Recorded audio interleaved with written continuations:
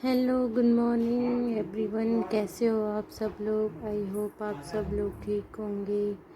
तो मेरी good morning हो गई है सुबह और मैं यहाँ पे चाय बना रही हूँ। दूध भी आ गया है, अभी गेट पे है, मैं लेने नहीं गई हूँ। तो फ्रेंड्स, आप लोगों को मैं एक अपनी ज़िंदगी का एक काला सच शेयर कर रही हूँ कि क्या हो जब आपकी ज़िंदगी में आपकी जो बहन लगे वो ही आपकी सौतन बन जाए, कैसा लगेगा आपको। तो मेरी लाइफ में भी ऐसा ही हुआ है और मैं अपनी लाइफ के ही बारे में बोल रही हूँ कि जब मेरी शादी नहीं हुई थी, शादी से पहले की ये बात है।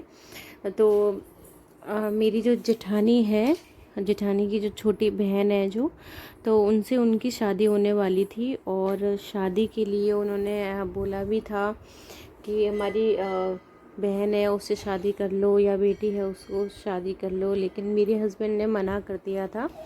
उन्होंने बोला था कि नहीं, मुझे अभी शादी नहीं करनी है, अभी मुझे अपना करियर बनाना है, कुछ करना है लाइफ में। तो उन्होंने अभी शादी नहीं की थी।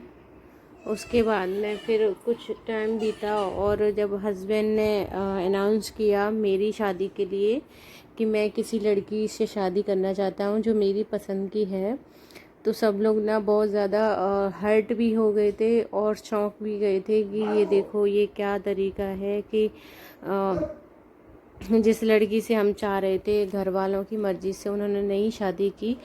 तो उन्होंने कहा कि नहीं, मैं किसी और से प्यार करता हूँ, मैं उसी से शादी करना चाहता हूँ। लेकिन ऐसा कुछ था नहीं, लेकिन उन्होंने इस तरीके से बोला था क्योंकि कहते हैं ना कि आपके दिल में कुछ और हो और आप उससे शादी नहीं करना चाहते हैं, लेकिन घर वाले उससे शादी करवाना चाहते हैं जो घर वालों के दिल में है। तो मेरी ही लाइफ में कुछ ऐसा हुआ था। तो उसके बाद में मेरे हस्बैंड ने बोला था कि नहीं, मैं शादी नहीं करूँगा। और ये जो लंबा टाइम है बहुत खींच लिया था क्योंकि घर वाले मान नहीं रहे थे। उन्होंने बिल्कुल मना ही कर दिया था कि चाहे कुछ भी हो जाए, हम लोग नहीं मानेंगे और आपको जब शादी करनी है तो ये घर छोड़ दो। तो फिर मेरे हस्बैंड ने डिले कर दिया और मेरे हस्बैंड और हम दोनों अलग हो गए थे। तो फिर अलग होने के बाद में बहुत टाइम बाद हमने कोई बातचीत नहीं की क्योंकि हमें पता था कि हमारे घर वाले रेडी नहीं है और नई शादी हो सकती है। तो फिर उन्होंने उस तरफ से क्या किया है कि जैसे भी हो तैसे भी कुछ भी हो, जो जेठानी की बहन है उससे ही शादी करवा दो, जल्दी से करवा दो। तो मेरे हस्बैंड ने बहुत कोशिश की मनाने की सब लोगों को, तो लेकिन कोई नहीं माना था। फिर उसके बाद में क्या होता है कि वो बहुत सारी चीज़ें होती हैं जिसमें बदलाव आ जाता है। तो ऐसा था कि बहुत लोगों ने भी बोला था कि माँ बाप से बढ़कर कुछ नहीं होता है और उन जो माँ बाप कह रहे हैं उनसे शादी कर लो। कुछ लोग, आधे जो लोग थे वो कहते थे कि अरे यार, शादी एक बार होती है और जिससे हमारा मन हो उससे अगर शादी ना करें तो फिर गलत होता है, ज़िंदगी भर का पछतावा होता है। मतलब आधे लोग हमारी तरफ थे और आधे लोग मम्मी पापा यानी कि जो घर वाले हैं उनकी तरफ थे। तो फिर उस टाइम पे ये समझ लीजिए सब लोगों को पता था कि उनके दिल में कोई और है, फिर भी लोग फोर्स कर रहे थे किसी और के लिए।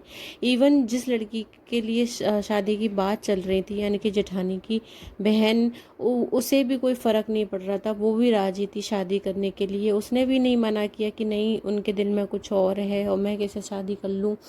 इस तरीके से किसी ने नहीं मना किया। तो ये समझ लीजिए कि वो उस तरीके से राजी हो गई थी कि अगर वो कहीं और, मैं यहाँ रह लूँगी शादी करके, अगर वो कहीं और शादी कर भी लेते हैं तो मैं वैसे भी रह लूँगी। मतलब वो मेरी एक तरह से सौतन बनने के लिए रेडी हो गई थी। तो ये सोचिए कि उस पे भी इस तरीके से भूत सवार था कि मुझे शादी करनी है तो इन्हीं से करनी है, अन्यथा नहीं करनी है। तो उस टाइम पीरियड में हम लोगों को इतना परेशानी उठानी पड़ी, बहुत ज़्यादा परेशानी, क्योंकि हमारी जो फाइनेंशियल कंडीशन थी वो बहुत ख़राब थी। हम लोग कोई ज़्यादा रिच फैमिली के तो थे नहीं, तो हमें बहुत सारी चीज़ों से बहुत अलग होना पड़ा था। और उसके बाद में हम लोग बिल्कुल ये समझ लीजिए कि बहुत ट्रोमा में गुजर रहे थे, बहुत ट्रोमा आ रखा था हम लोगों को। लेकिन कहते हैं ना कि अंत भला तो सब भला होता है। फिर हमारी शादी हो ही गई थी लगभग, और बहुत अच्छी तरीके से हुई थी। मैं आपको जो वीडियो है फिर कभी बताऊंगी कि फिर आगे क्या हुआ था। लेकिन मैं ये कह रही हूँ कि कुछ लोग होते हैं जो अंधों की तरह, बस शादी हो जाए, इस लड़के से शादी हो जाए, चाहे उसके अतीत में कुछ हो या ना हो, वो किसी से प्यार करता है या नहीं करता, मतलब अंधों की तरह आप रेडी हो जाते हो कि किस बिहेव पे, सिर्फ इसलिए कि मेरी बहन है यहाँ पे तो मैं भी आ जाऊँगी तो कोई प्रॉब्लम नहीं है। तो बहुत सारी चीज़ें होती हैं जो लोग आज भी मुझे नापसंद करने का एक कारण, एक रीज़न ये भी है कि मैं घर वालों की मर्ज़ी से नहीं आई हूँ, मैं यहाँ पे अपने हस्बैंड की मर्ज़ी से आई हूँ। तो बहुत सारी परेशानियाँ उठानी पड़ती हैं, यही एक काला सच है मेरी लाइफ।